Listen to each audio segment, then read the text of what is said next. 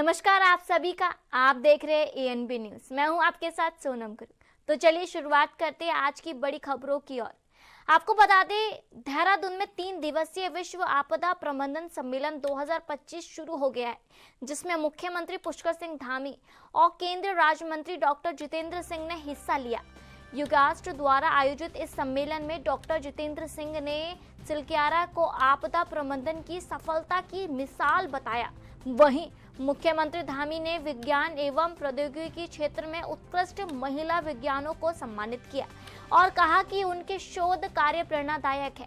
सम्मेलन में हिमाचली क्षेत्र में जलवायु परिवर्तन और आपदा प्रबंधन से जुड़े मुद्दों पर विचार विमर्श किया जाएगा।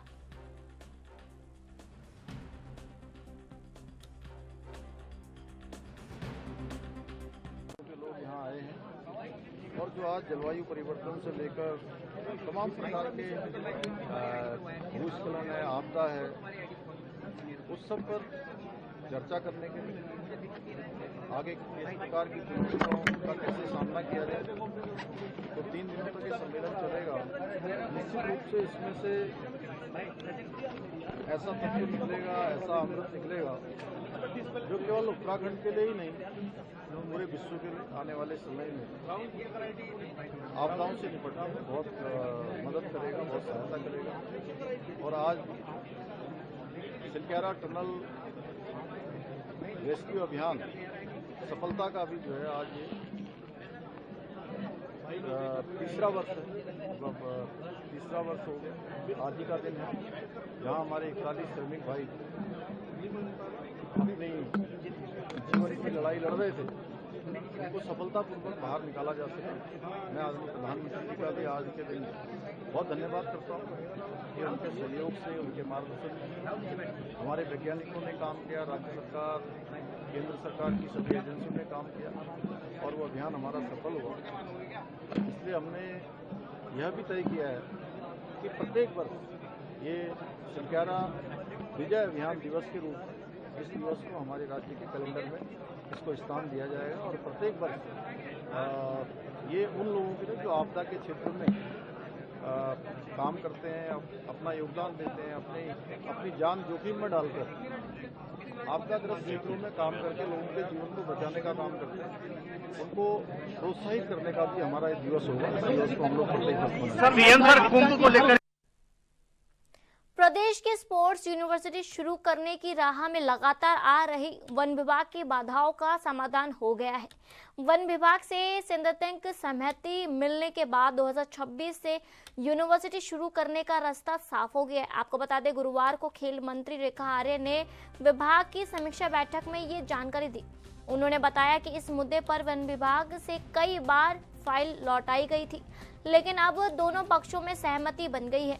मंत्री ने अधिकारियों को विश्वविद्यालय के पद में सृजन की प्रक्रिया को तेज करने के निर्देश दिए हैं।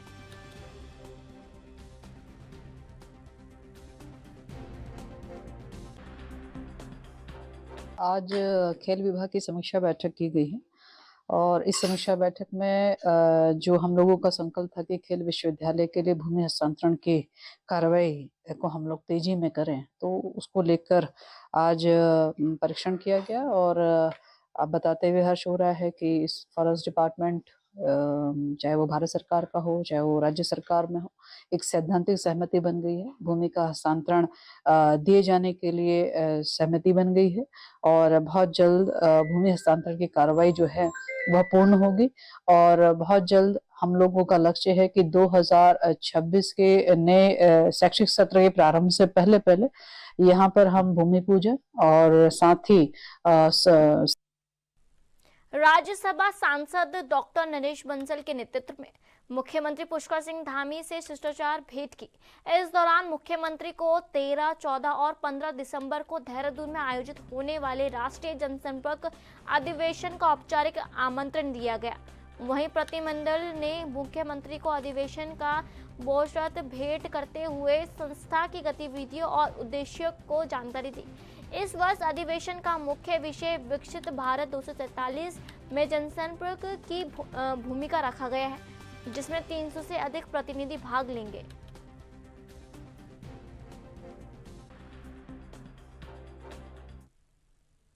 लक्ष्मण झूला थाना क्षेत्र के गंगा भोगपुर इंटर कॉलेज में एक खास कानून की पाठशाला का आयोजन किया गया। इस पाठशाला में स्कूल के छात्रों ने हिस्सा लिया, जहां पुलिस ने अध्यापकों की भूमिका निभाते हुए छात्रों को विभिन्न प्रकार के कानूनों की जानकारी दी। इसके अलावा नशे के दुष्प्रभावों से छात्रों को जागरूक किया और नशे से दूर रहने की सलाह दी। पुलिस ने नशा करने और बेचने वालों को गुप्त जानकारी देने की अपील भी की। छात्रों ने पुलिस से कई सवाल पूछकर अपनी जिज्ञासाओं का समाधान भी किया।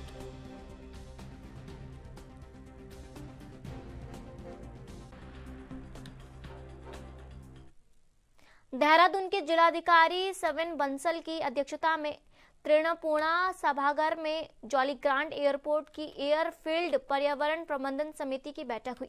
बैठक में हवाई अड्डे के 10 किलोमीटर क्षेत्र में पक्षियों और वन जीवों की गतिविधियों को नियंत्रित करने और सुरक्षा सुनिश्चित करने पर चर्चा हुई।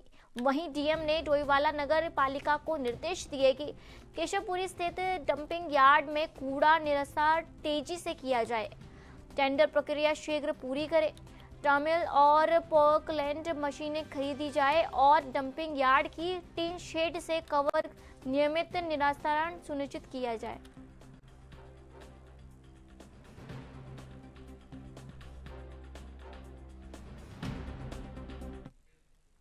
उत्तराखंड परिवहन विभाग ने वाहन चालकों के लिए बड़ा अलर्ट जारी किया है।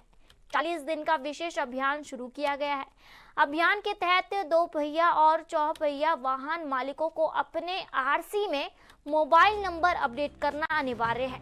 ई चालान, बीमा और प्रदूषण प्रमाण पत्र जैसी सभी सेवाएं अब रजिस्टर्ड नंबर से जुड़ी है।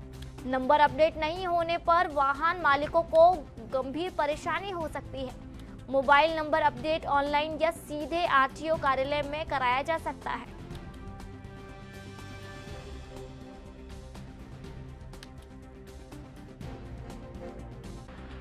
ये कई बार ऐसा होता है कि जब हम वाहन अपना रजिस्टर कराते हैं या ड्राइविंग लाइसेंस बनवाते हैं, तो उस समय हमारा मोबाइल नंबर कुछ और रहता है या हम किसी और के मोबाइल नंबर फीड कर देते हैं।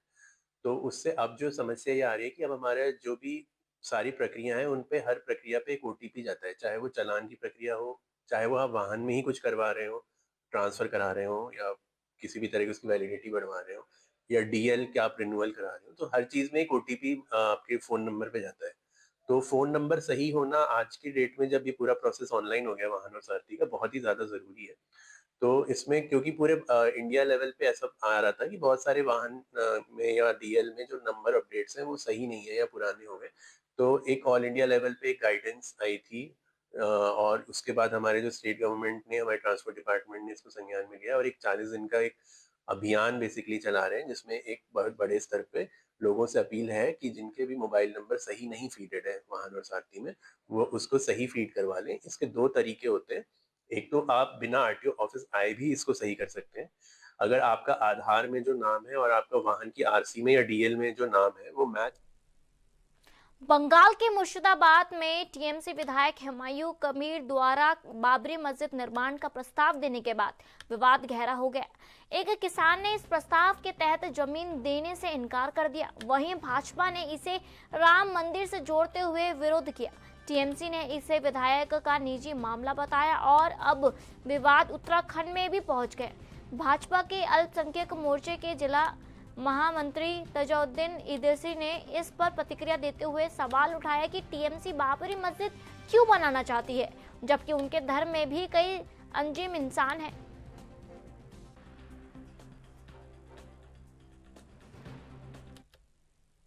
अल्मोड़ा जिलाधिकारी अंशुल सिंह ने हाल ही में कोसी बैराज का स्थलीय निरीक्षण किया। इस दौरान उन्होंने बैराज क्षेत्र में पर्यटन गतिविधियों को बढ़ावा देने की संभावनाओं का मूल्यांकन किया। जिलाधिकारी ने कहा कि ये क्षेत्र प्राकृतिक सौंदर्य और शांति से भरपूर है, जिससे eco tourism, water activities, picnic spots, यहाँ तक कि ट्रैकिंग ट्रेलर्स और स्थानीय उत्पादों के विपणन जैसे कई संभावनाएं विकसित की जा सकती है। उन्होंने सिंचाई विभाग के अधिकारियों को पर्यटन विकास से जुड़े बुनियादी ढांचे का सर्वे तैयार करने के निर्देश दिए हैं।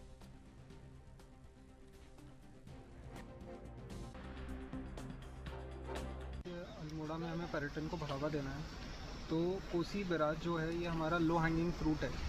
इधर हमारा primary infrastructure already in place है। छोटे से नच के साथ वी कैन इंश्योर कि यहाँ जिप लाइन चालू हो जाए, बोटिंग चालू हो जाए, इवन टूरिस्ट वॉक के लिए आएँ। तो हम लोगों ने सारी सुविधाएं देख ली अभी कि जो यहाँ अवेलेबल हैं और हमें क्या स्टॉप गैप सोल्यूशंस लेने हैं। तो हम जल्दी यहाँ एक कॉम्प्रिहेंसिव प्लान लेकर आएंगे जिससे हम यहाँ टूरिज़्म को बढ़ावा दे सकें। राष्ट्रीय गीत वंदे मातरम के 150वें वर्ष के अवसर पर उत्तराखंड के विद्यालयों में वंदे मातरम का गायन किया गया, लेकिन कुछ मुस्लिम मौलाना और मुस्लिम स्कॉलर्स ने इसे इस्लाम के खिलाफ बताया। इस पर बीजेपी ने इसे छोटी मानसिकता करार दिया। उत्तराखंड वक्फ बोर्ड के अध्यक्ष शदाब शम्स ने कहा कि वंदे मातरम और संविधान दिवस का विरोध करने वाले लोग या तो गुमराह है या फिर गुमराह किए गए हैं। उन्होंने भारतीय संगीतकार AR रहमान के गीत माँ तुझे सलाम का उदाहरण भी दिया।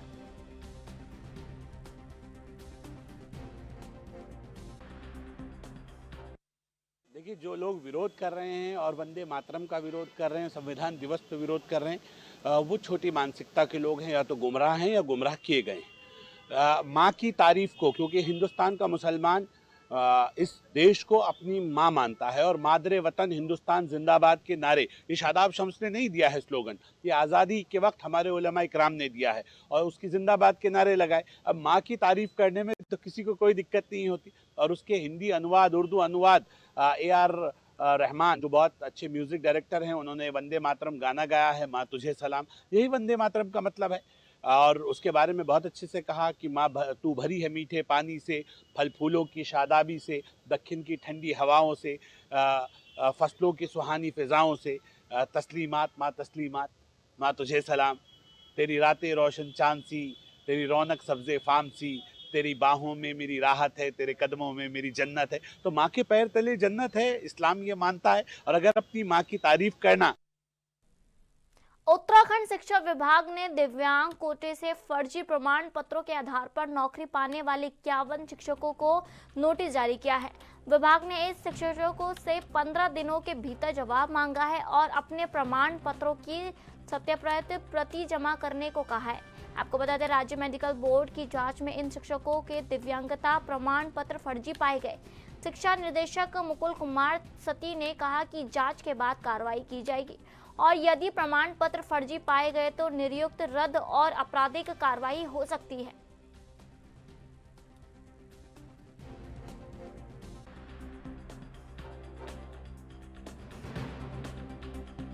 देखिए, इसमें एक PIL दाखिल हुई थी ऑनरेबल कोर्ट में। तो PIL का एक अंश था जिसमें कि 51 टीचर्स की प्रमाण पत्रों गलत ठहराया गया था 2022 में स्टेट मेडिकल बोर्ड द्वारा। तो जो आयुक्त हैं, दिव्यांगजन जो आयुक्त हैं, उनके द्वारा हमको सूची उपलब्ध कराई गई। उस सूची के आधार पर प्रथम दृष्टया हम लोगों ने उनको नोटिस जारी किया हुआ है जिनके उसमें नाम है। अभी हमने ये कार्रवाई की है। जब नोटिस का जवाब उनका आ जाएगा तो जो शासन ने कमेटी बनाई हुई है उस कमेटी के सामने रख के हम उनमें अग्रिम कार्रवाई करेंगे। हाँ, बिल्कुल, आजकल सारी चीजें चेक हो रही है, ऐसा कुछ नहीं है। लेकिन अब देखिए, असल तो शिक्षा विभाग की गलती तो मैं नहीं कहूँगा, जब भी गलती हुई, क्योंकि उसमें डॉक्टर्स के प्रमाण पत्र हैं, जो उसके लिए ऑथराइज जो डॉक्टर्स हैं, जो एक कमेटी है डॉक्टर्स की, उन कमेटी के डॉक्टर से मैं देखा, मैंने उसमें उनके प्रमाण पत्र हैं। तो उसके लिए फिर हम लोग कुछ नहीं कह सकते। अभी तो जब जांच होगी, ये लोग अपनी बात कहेंगे, जांच तो हो गई, उनकी अपनी बात कहेंगे। वहीं उत्तराखंड के पुष्कर सिंह धामी, आपको बता दें, वहीं उत्तराखंड के मुख्यमंत्री पुष्कर सिंह धामी क्यों जमा हो रहे हैं और ये वापस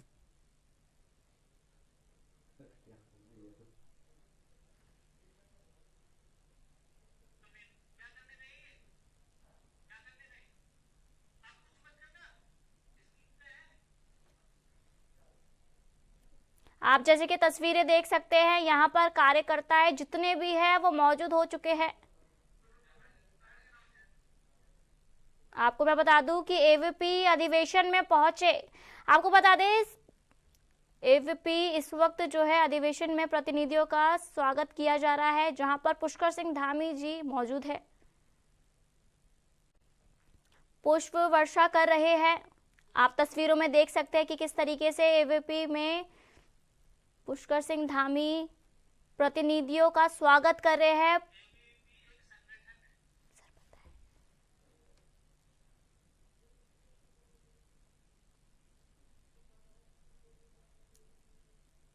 आपको बता दें एबीवीपी अधिवेशन में पुष्कर सिंह धामी प्रतिनिधियों का स्वागत कर रहे हैं।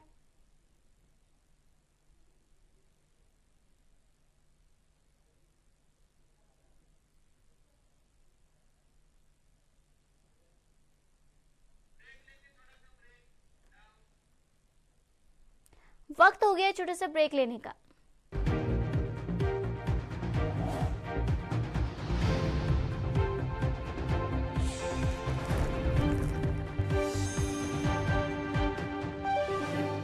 ब्रेक के बाद आप सभी का स्वागत है।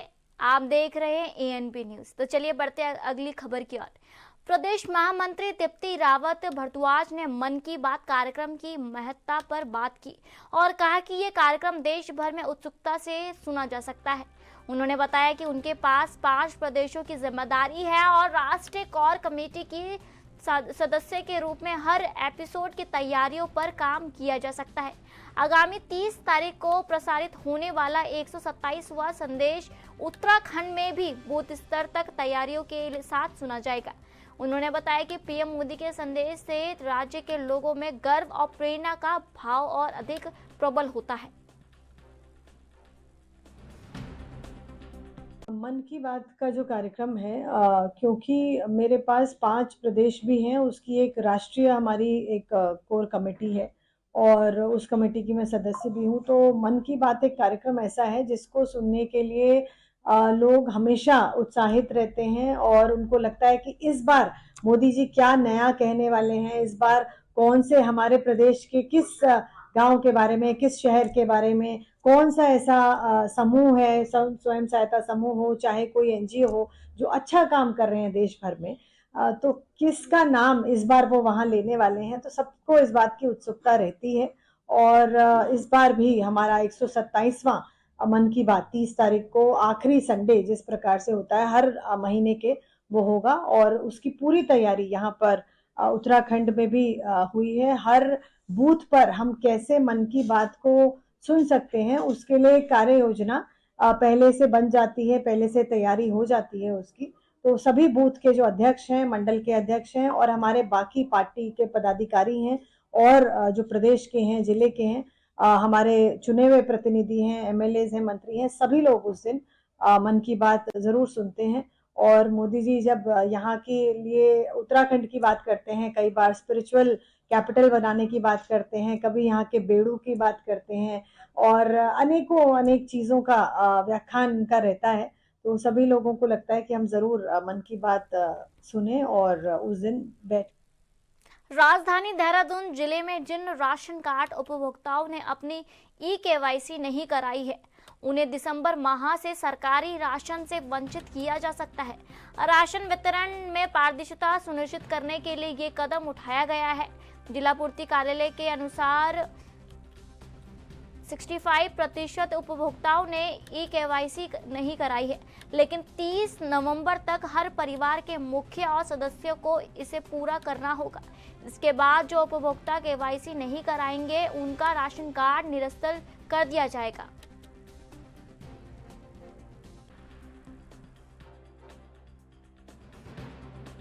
जनपद देहरादून में राशन कार्ड सत्यापन अभियान चल रहा है।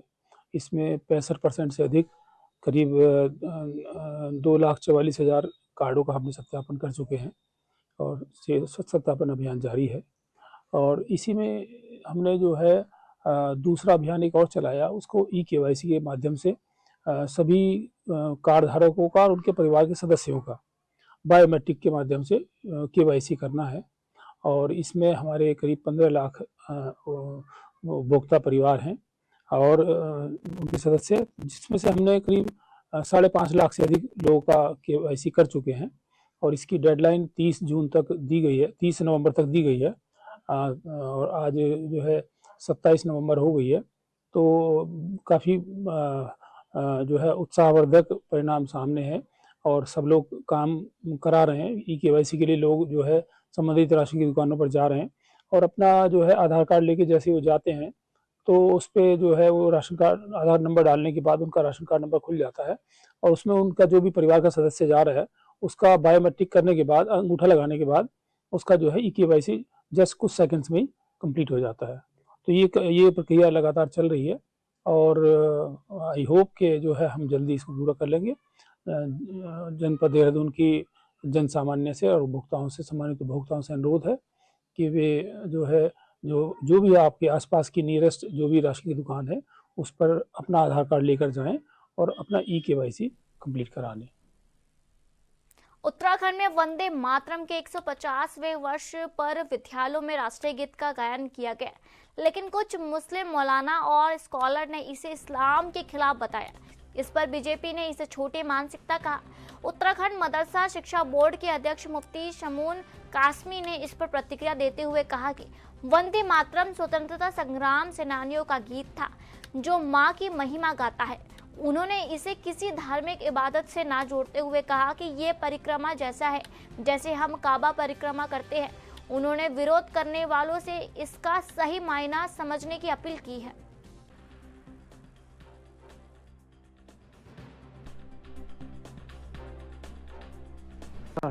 उत्तराखंड राज्य के माननीय मुख्यमंत्री श्री पुष्कर सिंह धामी जी की सरकार द्वारा प्राइवेट और सरकारी विद्यालयों में राष्ट्रीय गीत वंदे मातरम के गायन का ऑर्डर करना ये बहुत स्वागत योग्य कदम है। मैं इस मौके पर एक बात कहना चाहूँगा कि हमारे स्वतंत्रता संग्राम सेनानियों ने वंदे मातरम के गीत को गाकर और वंदे मातरम कहकर के अपने जानों का बलिदान दिया और देश आज़ाद हुआ। मैं ये भी कहना चाहूँगा कि वंदे मातरम ईश्वर की पूजा में नहीं आता है।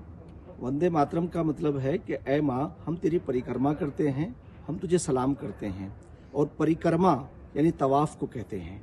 तो मैं आपसे ये कहना चाहूँगा कि जब हम काबा जाते हैं तो मक्का शरीफ में जाने के बाद हम मक्के की इबादत नहीं करते हैं काबे की, बल्कि उसकी परिक्रमा करते हैं।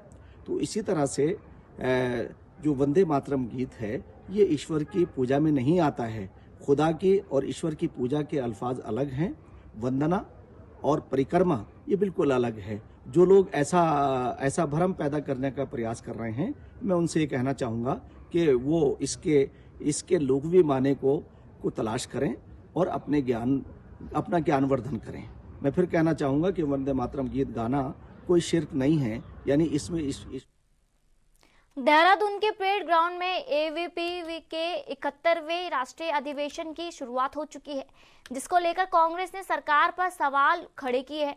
आपको बता दें, कांग्रेस के निर्वातम प्रदेश प्रवक्ता शिषपाल सिंह बिष्ट ने कहा कि सरकार की कथनी और करनी में फर्क साफ दिखाई देता है। उन्होंने आरोप लगाया कि जब कांग्रेस ने परेड ग्राउंड में राष्ट्रीय अध्यक्ष मल्लिकार्जुन खड़गे की रैली करवाने की अनुमति मांगी थी तो सरकार ने सार्वजनिक कार्यक्रम के लिए मंजूरी नहीं दी थी, लेकिन अब उसी मैदान में ABVP का अधिवेशन कराया जा रहा है, जो सरकार के दोहरे रवैया को दिखाता है।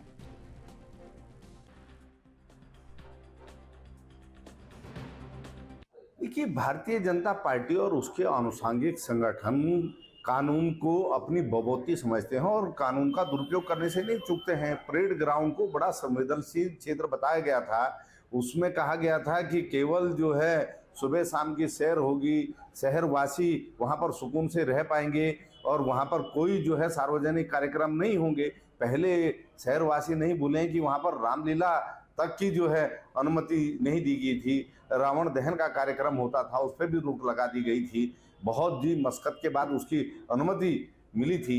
अब वहां पर आप देख लीजिए कि जिस तरीके से AVP का राष्ट्रीय अधिवेशन हो रहा है वो किसी से छुपावा नहीं है। खड़गे जी की रैली के लिए, राहुल गांधी जी की रैली के लिए परेड ग्राउंड उपलब्ध नहीं होगा, लेकिन भाजपा के आनुषंगिक संगठन धड़ल्ले से जो है अपने कार्यक्रम वहां आयोजित करेंगे।